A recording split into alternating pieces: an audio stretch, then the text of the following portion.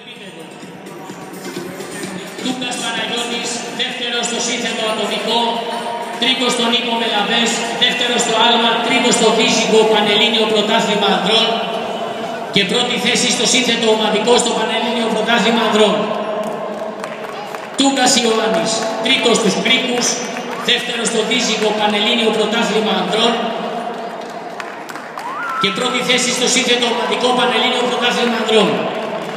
Μάρας Βλάσιος, πρώτος στο μονόζυγο Πανελλήνιο Πρωτάθλημα Ανδρών και πρώτη θέση στο σύνθετο ομαδικό στο Πανελλήνιο Πρωτάθλημα Ανδρών. Πλητά Ευαγγελία, δεύτερη στο σύνθετο ομαδικό, δεύτερη στο δίσικο, τρίτη στη δοκό Πανελλήνιο Πρωτάθλημα Γυναικών. Αποσπόρη Κωνσταντίνα, πρώτη στο άλμα Πανελλήνιο Πρωτάθλημα Γυναικών.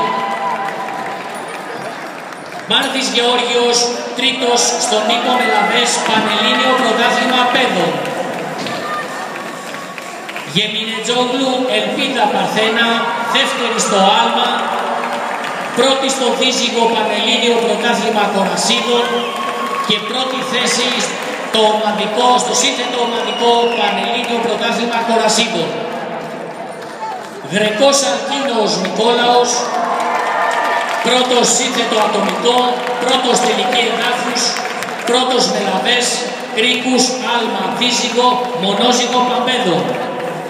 Μουρμούρης Λουκάς Βασίλειος, δεύτερος στο σύνθετο ατομικό, δεύτερος τελική εδάφους, ύπος Μελαβές, Κρίκους, άλμα, δίσικο, μονόζυγο Παμπέδων.